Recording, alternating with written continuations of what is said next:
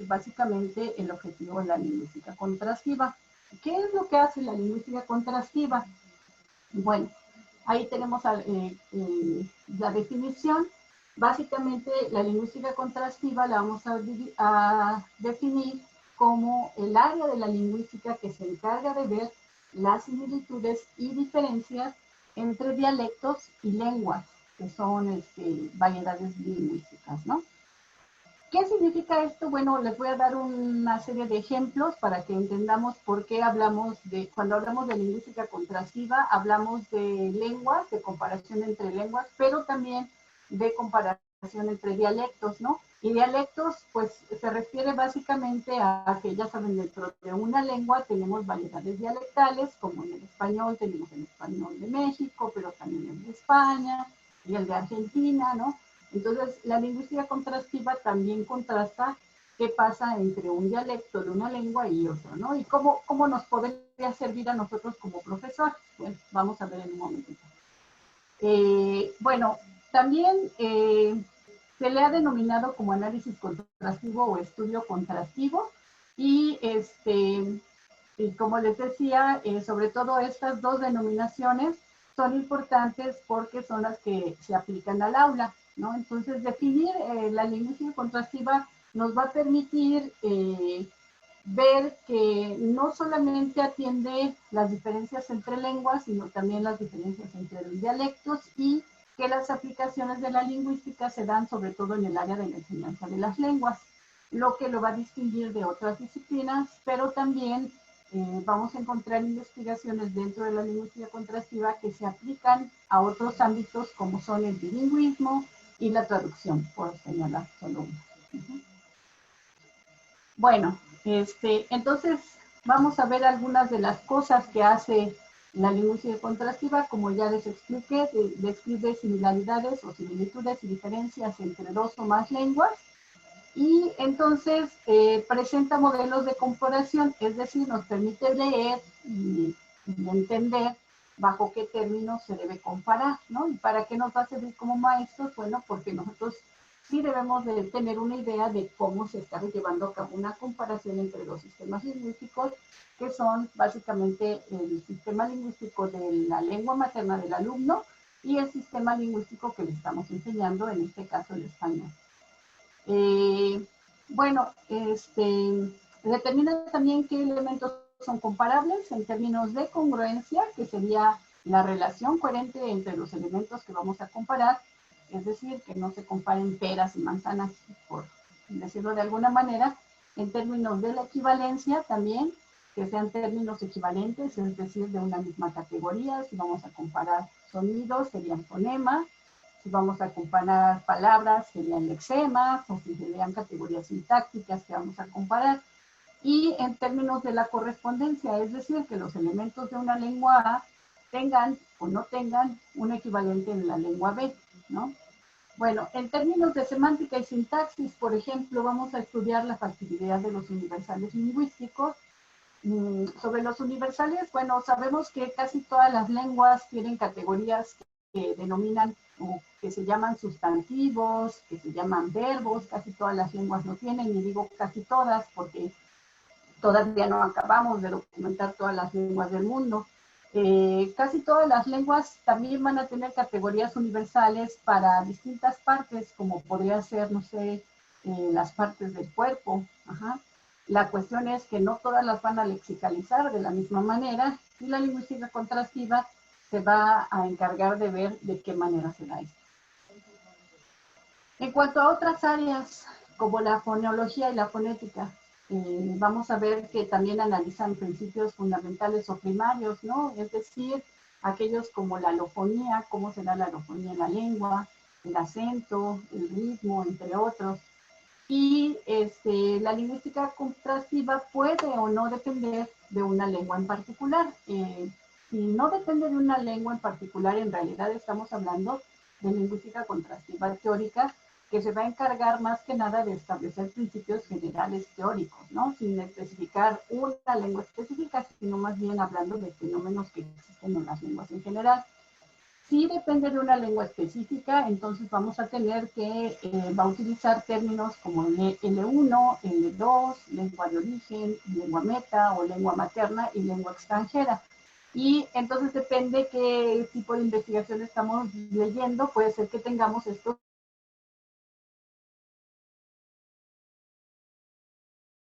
términos o no dentro de la metodología. Un poquito de lado la cuestión teórica, que es interesante, pero de repente no nos ayuda mucho como profesores si no sabemos alterarla. Entonces, voy para que vean cómo va operando la lingüística contrastiva y más o menos unos ejemplos para que nos permita ver cómo se podría utilizar, ¿no?, en el aula. Bien. Vamos a empezar con fonética y fonología. Ya todos sabemos que la fonética y la fonología es el estudio de los sonidos significativos de la lengua. Y ahí tenemos tres ejemplitos que les puse. El primero es de mi experiencia, ¿no? Entonces, la primera semana de clase estaba yo en Corea del Sur, 14 horas de diferencia horaria, dando clases ahí a los chavos coreanos, y les puse un mapa de México, ¿no? Les estaba hablando sobre Toluca, les quería decir dónde se ubicaba Toluca, y por alguna razón salió el sureste, no recuerdo, creo que era como lo más típico que ellos conocían, entonces pues Vierna pone en el pizarrón sureste y sigue con su clase, y después hicimos una pequeña actividad y cuando estaba yo monitoreando a los alumnos para ver dudas, pues ahí una chica tímidamente me dice, ay maestra, es que puso sureste y no es sureste, es sudeste, ¿no? Y yo así de, no, sí es sureste, ¿no? Yo muy natural acá, ya saben, el profesor, ¿no?, conocedor de todo, ¿no? Y la chica me muestra su celular, ya saben, el celular, ahora nos ponen aprietos a los profesores, ¿no? Entonces, me muestra que efectivamente en su buscador, en su diccionario, la palabra era sudeste con una D y no con una R. Entonces, pero ella sonrojada por su cultura, ¿no? ¿Cómo se atreve a cuestionar a la docente, ¿no? Entonces, bueno, yo lo que hice fue poner la palabra en el pizarrón y dije, no te preocupes, ahorita le explicamos, ¿no?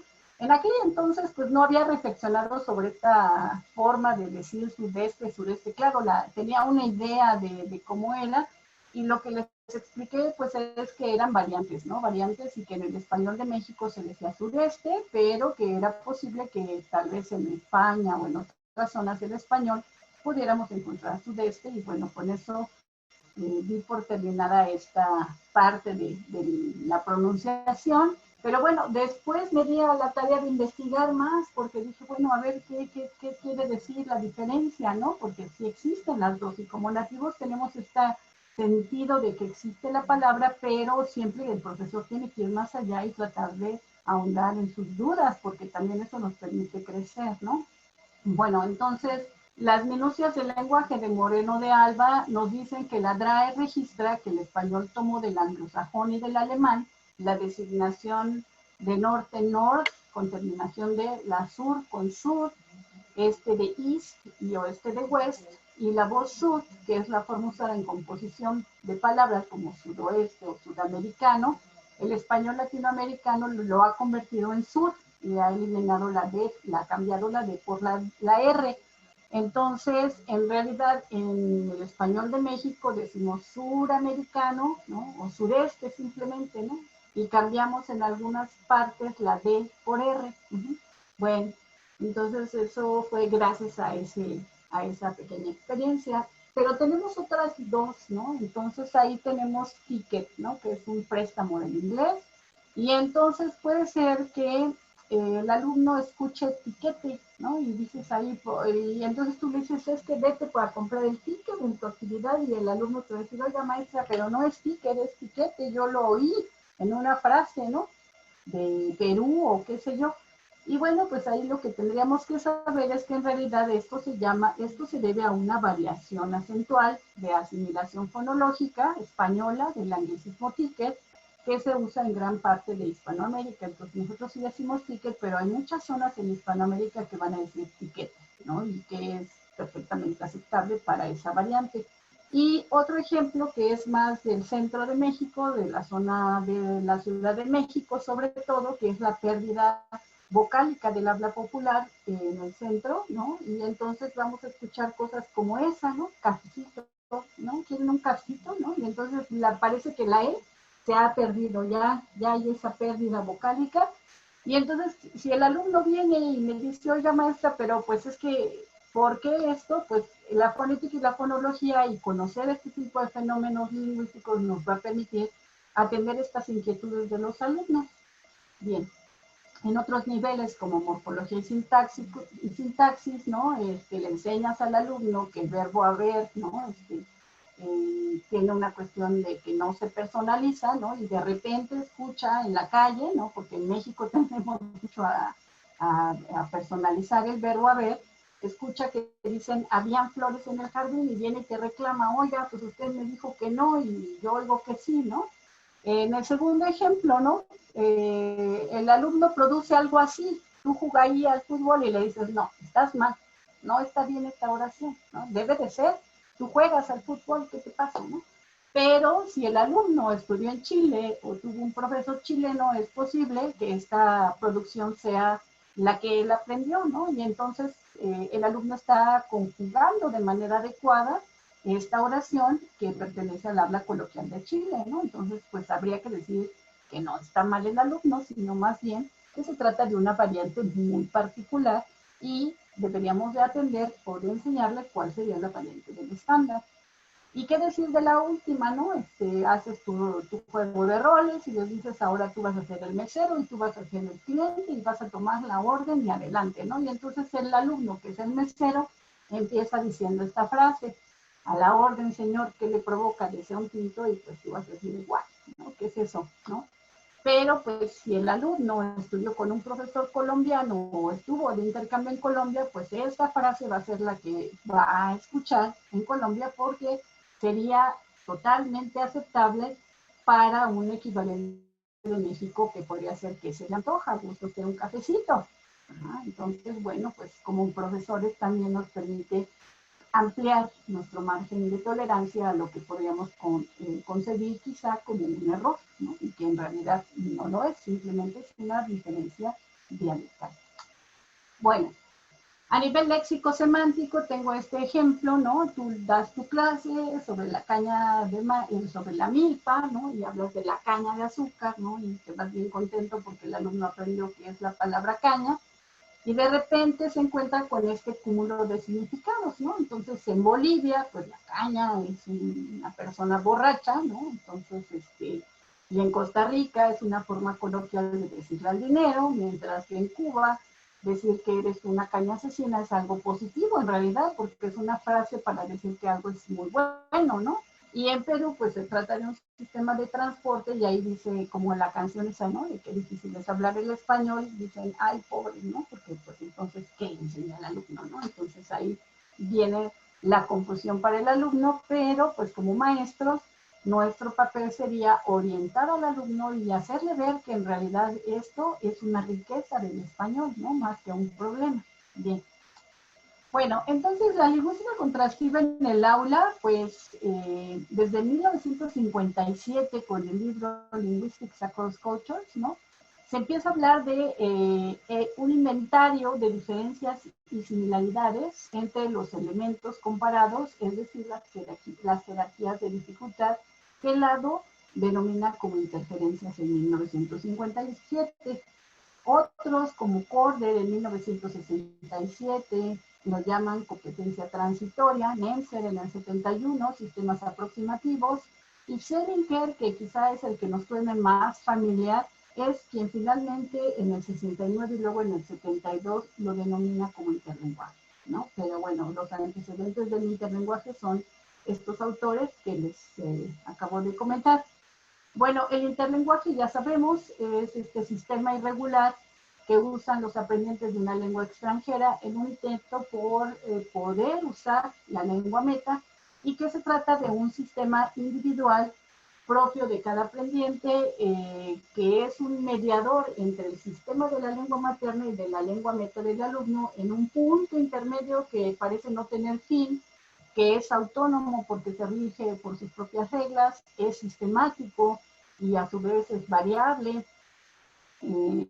porque que tiene un conjunto de reglas y porque estas reglas no son constantes en algunos fenómenos, es permeable a lo que llamamos abducto en español o input en inglés, y por tanto es capaz de experimentar distintas reestructuraciones para dar paso al siguiente estadio y que siempre está cambiando, ¿no? Porque está constituido por etapas consecutivas de aproximación a la lengua meta. Bueno, estos 5 son los factores que moldean al interlenguaje, que tenemos la transferencia del lenguaje, que se dan por el conocimiento de las lenguas que el alumno conoce, es decir, que puede tener transferencias positivas o transferencias negativas. También tenemos la transferencia de entrenamiento. Esta se da por la enseñanza que los docentes y los materiales a los que exponemos a los alumnos les damos, ¿no? Y a veces estas transferencias de entrenamiento también son positivas, pero también ¿quién no se ha topado con una mala enseñanza y que se debe a un entrenamiento que le dio algún profesor, algún material que estuvo mal diseñado y que el alumno pues lo aprendió así, ¿no? También tenemos las estrategias de aprendizaje de segundas lenguas, que son estas rutas de aprendizaje que los alumnos van aprendiendo para tener mejores técnicas, ¿no? Que les ayudan a mejorar en su nivel. Las estrategias comunicativas para la segunda lengua, que sirven para que el alumno pueda complementar su mensaje, tanto el oral como el escrito. A nivel escrito, pues lo vemos cuando leemos sus composiciones. A nivel oral, cuando están simulando conversaciones naturales, ¿no? Y que el alumno tiene 2 opciones frente al evento comunicativo. Usar los elementos que tiene a mano y a lo mejor inventa palabras, refrasea, pide préstamos de su lengua materna para completar su oración, o de plano abandona la comunicación y se queda callado, ¿no? Y dice, no, ya no. Entonces, dependiendo de qué ruta elija, va a ser el tipo de estrategia que va a utilizar. Y la sobregeneralización, que se refiere a cuando el alumno va a aplicar las reglas del sistema que va adquiriendo, pero la aplica mal porque no se da cuenta de que hay casos irregulares y entonces comete errores en un intento por aplicar estas reglas, como en el caso de la conjugación del verbo poner. Entonces el alumno dice poní en lugar de puse, por esta sobregeneralización. Bien. Algunos de los beneficios de la lingüística contrastiva en el aula, ¿no? Pues tenemos estos: identificar zonas de diferencias entre 2 o más lenguas o dialectos que pueden ser fuentes de error para el estudiante. Permite también adaptar la enseñanza de lenguas a un público concreto. Al docente le deja comprender mejor cómo llevar el proceso de enseñanza de lengua extranjera y cómo adaptar materiales didácticos. Y permite también adaptar las metodologías de enseñanza acorde con las dificultades y necesidades del estudiante. En realidad, saber sobre lingüística contrastiva nos permite reflexionar sobre cómo aprendemos las lenguas y las dificultades a las que se van a enfrentar nuestros estudiantes y nosotros al momento de enseñar. Vamos a ver solamente unos ejemplos de estas áreas que acabo de mencionar, pero ya aplicadas en el aula, ¿no? Entonces tenemos estos de fonética y fonología de Barajas del 2011, es un texto que publicó él en 2011 con estudiantes coreanos. Entonces, es posible que nosotros leamos en páginas, en sitios de internet, que los sonidos B, y G, o voy a decir B, D y G, en inicios de palabras en español causan problemas a los estudiantes coreanos, ¿no? Entonces, nuestro primer impulso es decir, bueno, pues ya sé que la B, la D, la G al inicio de palabra les van a causar problemas, ahí les van, ¿no? Entonces, hago mi lista y ya, ¿no? Entonces, empiezo con mis listas, ¿no? Y hago un montón de palabras con B, con D y con G. Sin embargo, el conocimiento debe ir un poquito más allá, es decir, no solamente es la posición del fonema donde se ubica en la palabra, sino también hay otras áreas que también nos podrían ayudar a planificar de una manera más beneficiosa para el estudiante. Por ejemplo, saber en términos de fonética combinatoria que las consonantes sonoras son más graves que las sordas, por lo que conviene presentar estos sonidos seguidas de vocales graves como la O y la U. Entonces ahí yo ya eliminaría un montón de palabras que no tengan O y U. Entonces tendría que poner palabras con bo, con do, con go o con U. De tal forma que esto va a permitir que se refuerce el carácter más grave de las sonoras y entonces el coreano se va a acercar más a la producción correcta que yo estoy buscando. Pero si además de eso, de fonética combinatoria, también sé que en prosodia, ¿no? También hay una cuestión que debemos situar el sonido en sílaba átona, hacia el final del contorno entonativo y descendente de preferencia.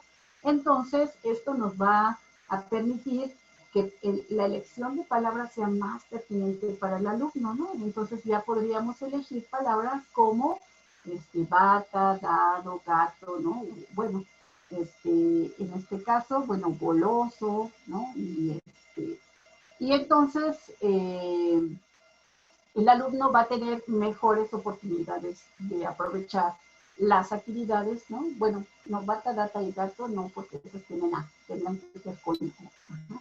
Entonces, conocer estas reflexiones, les digo, es importante para que yo pueda elegir las palabras que son importantes dentro de la fonética y fonología y que el alumno favorezca la pronunciación, porque si yo nada más sé lo primero, entonces mi primer intento por ayudar puede ser un fracaso en realidad, ¿no? Por esto de la sordera fonológica que tienen los alumnos, ¿no? Obviamente también sé que es imposible conocer todas las lenguas de todos los alumnos y los sistemas, ¿no?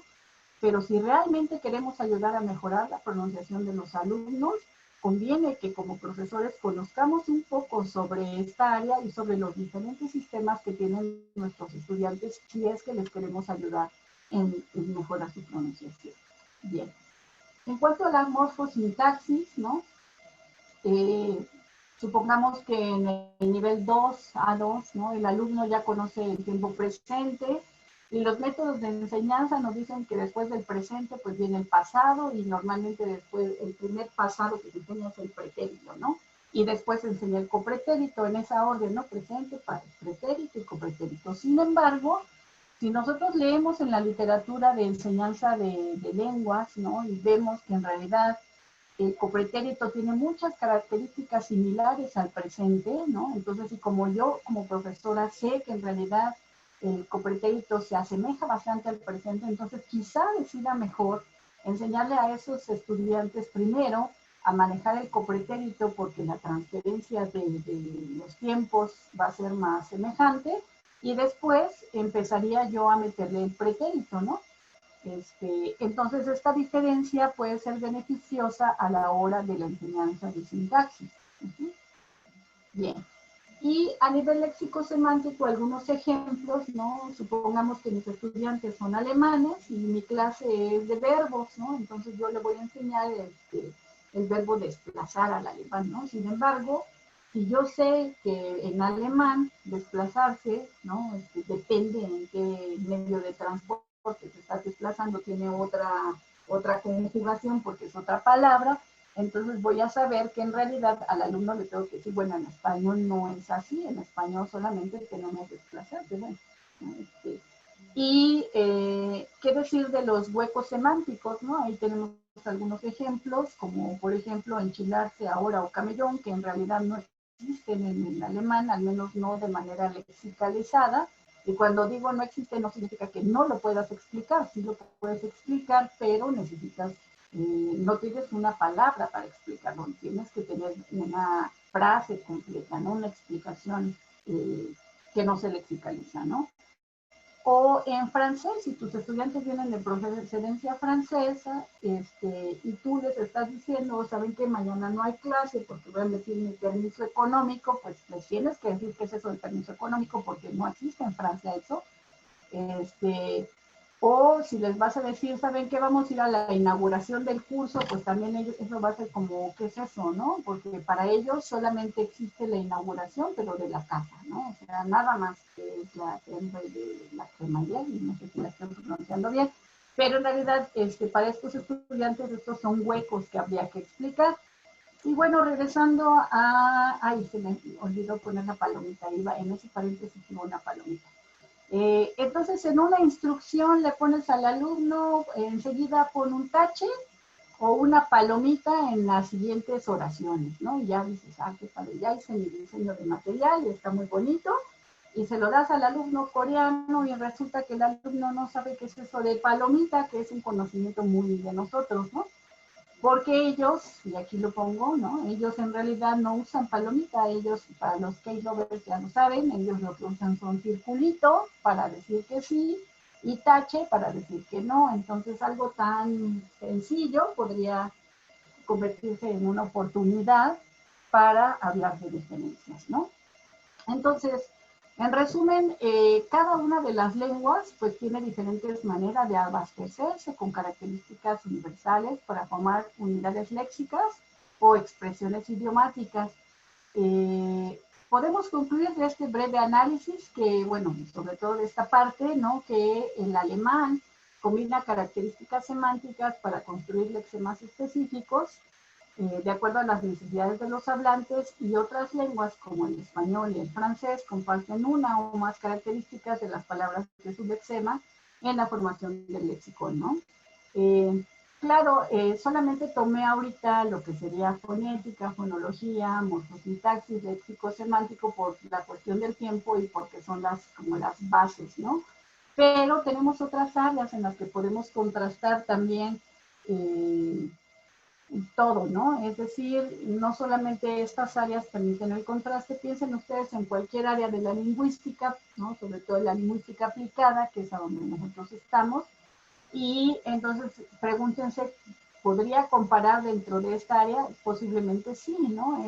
Otras áreas en las que podríamos contrastar, pues son la pragmática, el discurso, la sociolingüística, ¿no? La cuestión de la cultura, la cortesía, la proxémica, que tiene que ver con los espacios y la distancia entre los hablantes, ¿no? ¿Qué tanto dejas el espacio en una fila entre una persona y otra, ¿no? Para los mexicanos poco, para el francés más, ¿no?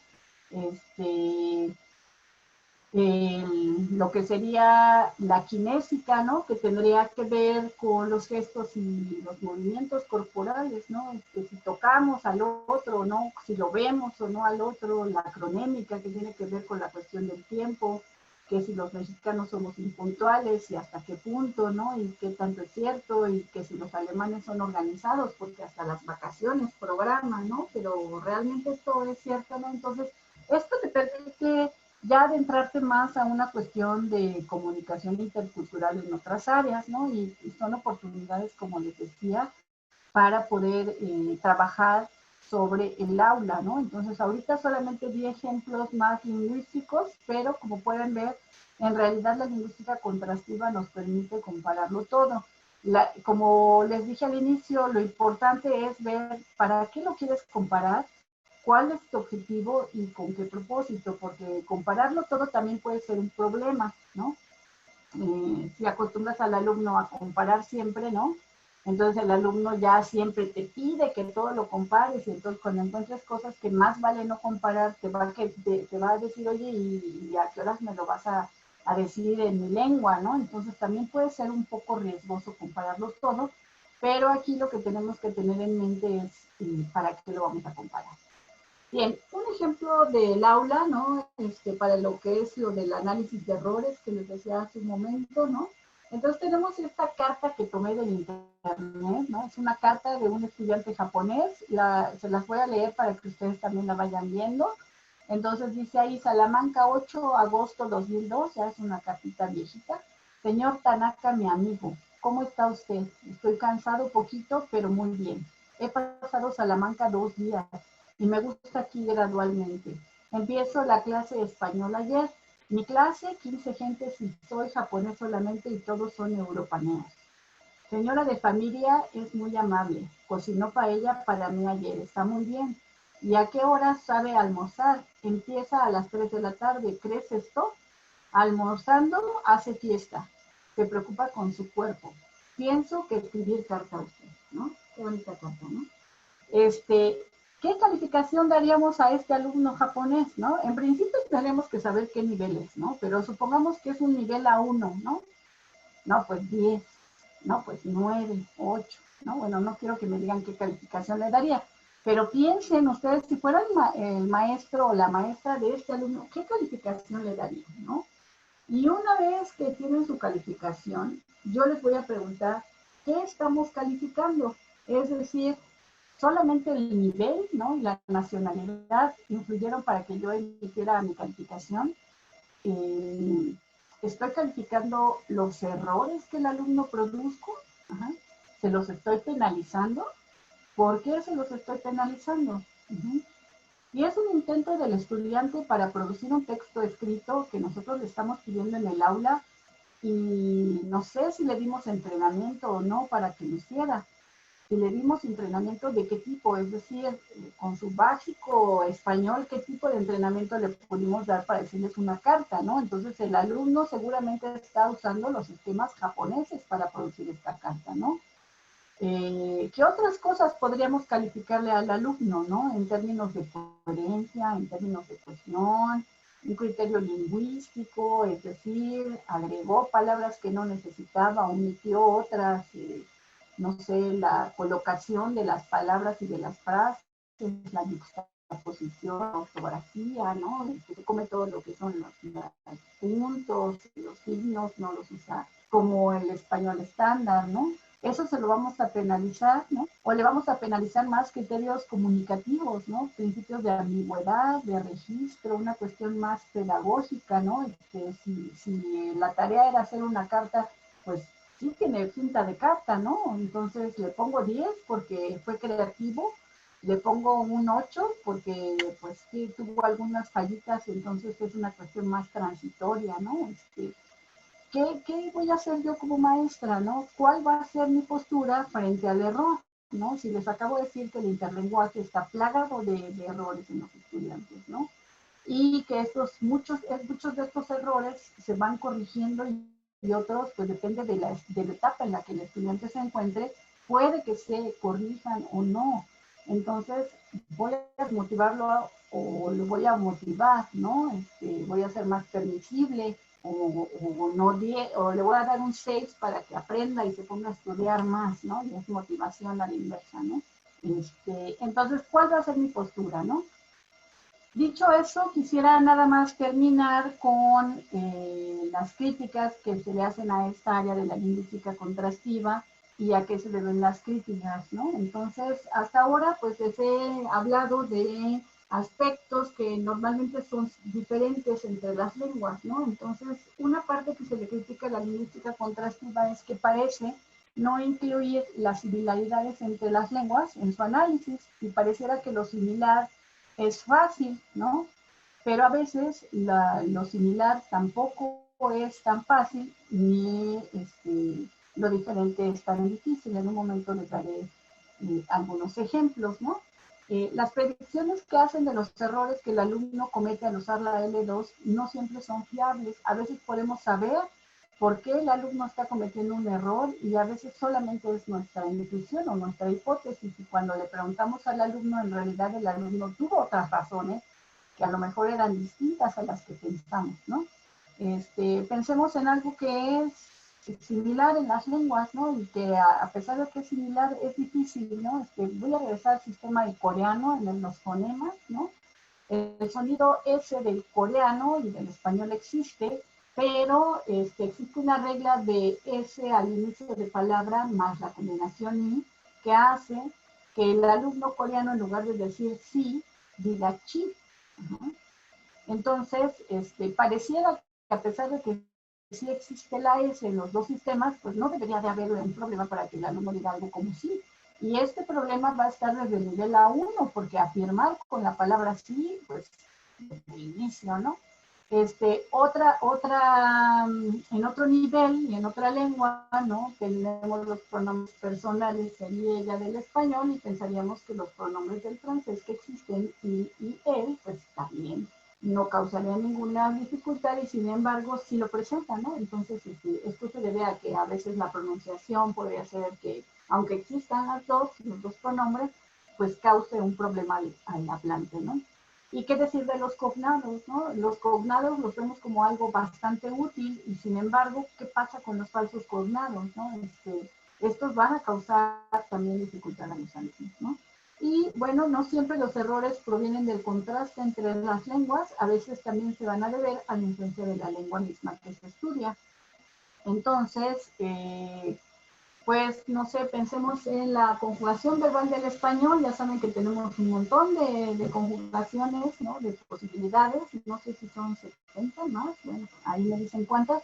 Y entonces los hablantes de otras lenguas, como el del inglés, por ejemplo, que no tienen tantas combinaciones, pues se van a equivocar, pero estas equivocaciones más bien van a ser productos del mismo conocimiento del español que está intentando conjugar el alumno más que del inglés, ¿no?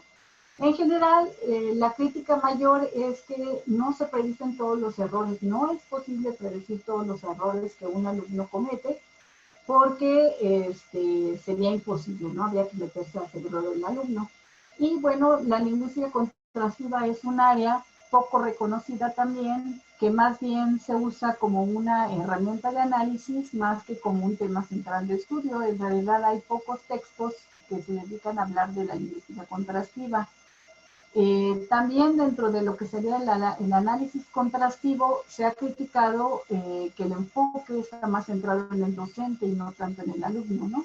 Y bueno, ahí no voy a echar mi comercial y con eso termino. En 2012 me di a la tarea, justamente por esta situación de la ausencia de materiales sobre lingüística contrastiva, de compilar junto con la maestra Margarita Caballero esta obra que llamamos Estudios en Lingüística Contrastiva, Análisis entre Lenguas y Dialectos, y pues ahí anda circulando en la red, por si a alguien le interesa, pues sería como mi contribución a la lingüística contrastiva. Y bueno, con esto creo que terminaría, Lisa.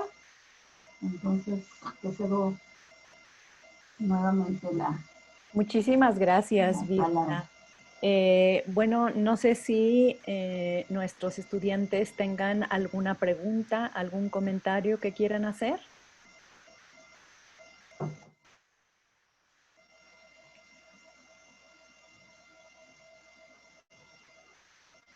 Anímense, muchachos. Cualquier Sí, pregunta es válida. anímense. De todas aprendemos. Es que a veces dice uno, híjole, no sé si vale la pena mi pregunta, ¿no? Sí, un comentario yo te quiero hacer. Hace como 2 años hice un estudio de kinésica, de estos contrastes, ¿no? Que usan diferentes pues nacionalidades en cuanto al español mexicano, ¿no? La variante incluso de la kinésica o gesticulaciones que Uh-huh. hacemos aquí en México y los que hacen los norteamericanos o los canadienses, los asiáticos. Es muy diferente y es muy interesante las diferencias y cómo se pueden interpretar, porque a veces nosotros lo hacemos algo tan inocente y Uh-huh. podemos hasta ofender, ¿no? Otras culturas dependiendo la gesticulación que hagamos específicamente, el de las manos, ¿no? Que usamos. Efectivamente, porque todo es cultural, ¿no? Y bueno, podríamos pensar que nosotros somos muy encimosos, pero recuerdo que tenía un amigo brasileño que siempre me estaba abrazando y yo decía, ay, qué encimoso, ¿no? Este cuate. Porque también los brasileños, su sentido de proximidad es menor al que tenemos en México, ¿no? Entonces ahí es donde yo dije, entiendo ahora al otro que quiere separarse de mí, ¿no? Porque sí, efectivamente la distancia social, el espacio, no sería la otra, pero también los gestos y los movimientos corporales verdes, ¿no? Yo recuerdo que antes de llegar a dar clases a Corea leí mucho sobre la mirada en el salón de clase, ¿no? Para los estudiantes asiáticos. Quienes han dado clase a estudiantes asiáticos saben a lo que me refiero, ¿no? Entonces la mirada en el aula del estudiante asiático es así. Entonces tú le preguntas y el alumno es así, ¿no? Y tú le dices, hey, veme, ¿no? Acá estoy arriba. Pero pues es una cuestión de respeto y de cultura, ¿no? Entonces uno tiene que entender que si al alumno se le ha dicho no veas al profesor porque al verlo es una cuestión de enfrentamiento o de reto hacia el otro, ¿no? Y es mal visto, pues eso te va a servir para saber que en realidad el que no te vean no significa que no te están poniendo atención o que no te respetan, ¿no? Entonces ahí vale mucho el que sepa su nombre para que entonces levante la cara y te ayude, ¿no? Y no sé, unos colegas que estaban ya y que tenían más tiempo, pues ahí me daban algunos consejillos, ¿no? Como pararlos a bailar y cosas que dice, no, no creo. A ver, chicos, ¿ninguna pregunta? Hoy están muy callados, Virna. Está muy bien, Lisa, no te preocupes. Quizá con que reflexionen sobre esto, pues es suficiente, ¿no? Esto es un área bastante amplia y como les decía, pues el profesor sirve muchísimo, ¿no? Y que lo uso en el aula creo que es un conocimiento que puedes trabajar, ¿no? Como profesor. Tenemos una pregunta de Galia, ¿dónde podemos acceder a la información al respecto? Más información al respecto. Más información. Bueno, en realidad yo tomé la bibliografía, bueno, obviamente tomé cosas de Tisiak, ¿no? El libro Lingüística Contrastiva y el profesor de lengua, ¿no? Es un libro ya viejito, es del 95, pero es bastante bueno para alguien que quiere introducirse a la cuestión de la lingüística contrastiva y que sirve bastante.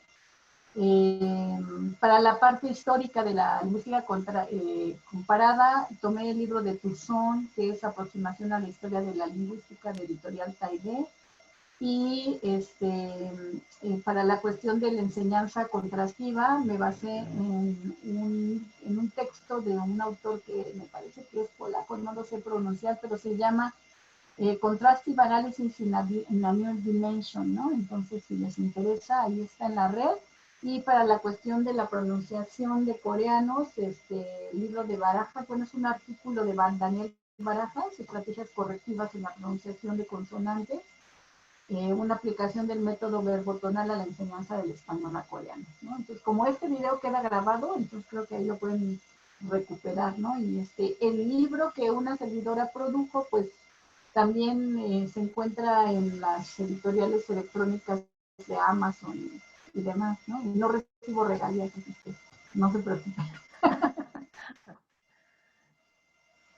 Tenemos otro comentario. Cuando existen los huecos semánticos, ¿qué estrategia usa para que el estudiante tenga el significado que no existe en su lengua madre?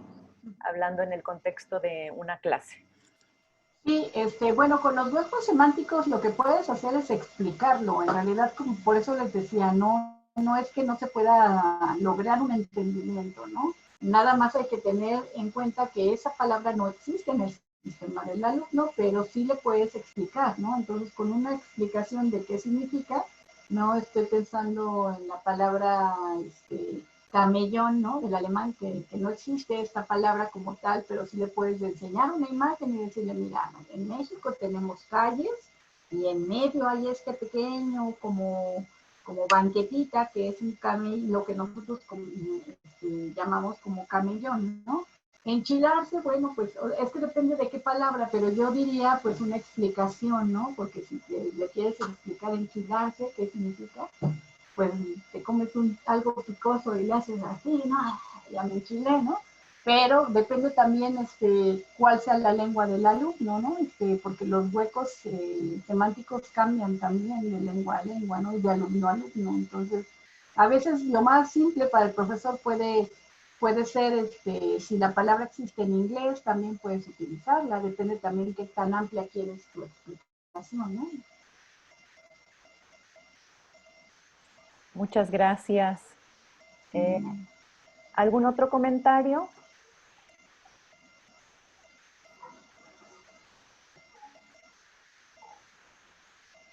Parece que no. Parece que no. Pues muchísimas gracias, Virna, por esta conferencia tan interesante. Y seguramente ya los estudiantes tienen tu correo electrónico. Si no, podemos dárselo para que si les surge una duda te puedan escribir. Sí, claro que sí, se los voy a escribir en este momento al chat para que si alguien quiere ponerse en contacto conmigo, ahí con mucho gusto. Pues muchas gracias. Seguro están dándote aplausos desde casa. Y agradecemos a todos los estudiantes que nos hayan dedicado unos minutos de su tiempo y muchas gracias, Virna, especialmente a ti que estás Gracias. participando con nosotros en estas conferencias. Gracias a ustedes, muchachos, y espero que les sirva y pues nos vemos en una siguiente. Muy bien, muchas gracias a todos. Hasta luego, Lisa. Hasta luego, Virna, que estés muy bien.